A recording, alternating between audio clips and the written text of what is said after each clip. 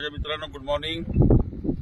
शिवार फेरी, शेवगाव पाथर्डी, दुसरा दिवस, पहिलं गाव पिंपळगाव टप्पा.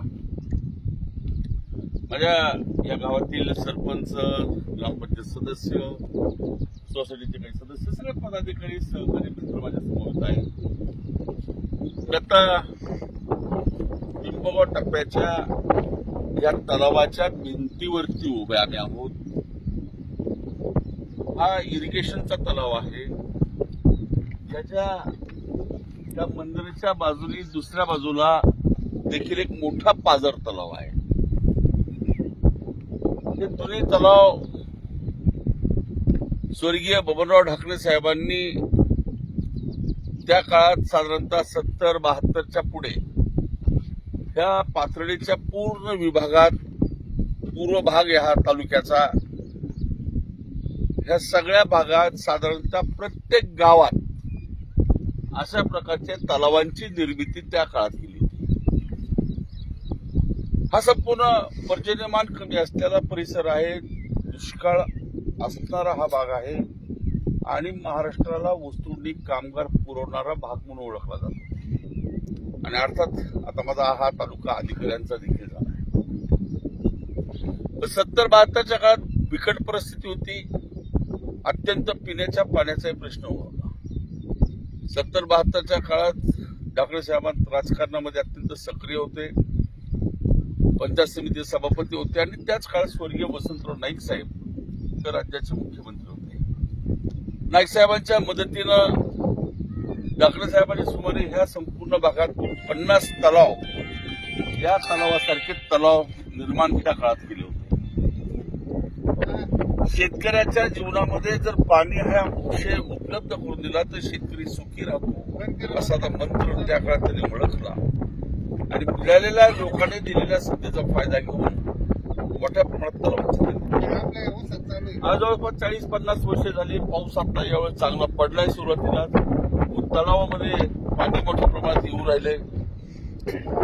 पूर्ण पावसाळा शिल्लक आहे. 100% तलाव, हा तलाव, पलीकडचा तलाव भरल्यानंतर इथं शेतकरी अत्यंत सुखी राहतो.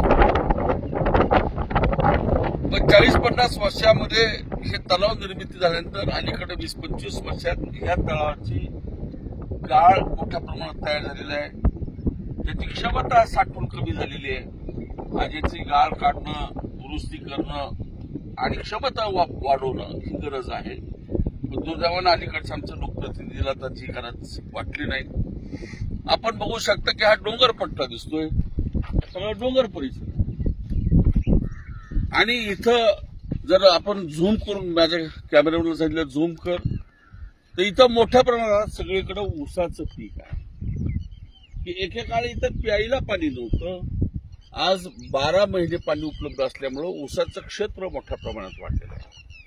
आणि ऊसाचं क्षेत्र वाढल्यामुळे ह्याला आम्ही कॅश क्रॉप म्हणतो, नगदी पीक म्हणतो.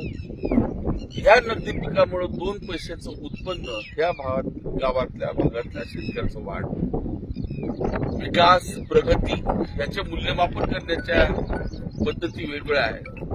पण ढोबळमानाने ज्यावेळेस लोकांचा आर्थिक स्तर उंचावतो त्यावेळेस खऱ्या अर्थाने विकास झालेला आहे, ती प्रगती झालेली आहे, हे मूल्यमापन करण्याचं एक ढोबळमानानं एक माप आहे. आणि म्हणून पाणी हा शेतकऱ्यांसाठी खूप महत्वाचा भाग आहे. त्या काळात ढाकणे साहेबांनी इतक्या दूरदृष्टीनं आज आपण बँकरमुक्त महाराष्ट्र करायचा प्रयत्न म्हणतोय. आज आपण त्याला दुष्काळावरती मात करण्यासाठी हजारो कोटी खर्च केला जातो. पण एकूणच महाराष्ट्रातले 72च्या दुष्काळात झालेल्या तलावांच्या दुरुस्त्या मोठ्या प्रमाणात झाल्या पाहिजे, त्याची क्षमता वाढवली पाहिजे, याच्यावरती भर देण्याची गरज आहे असं मला वाटतं.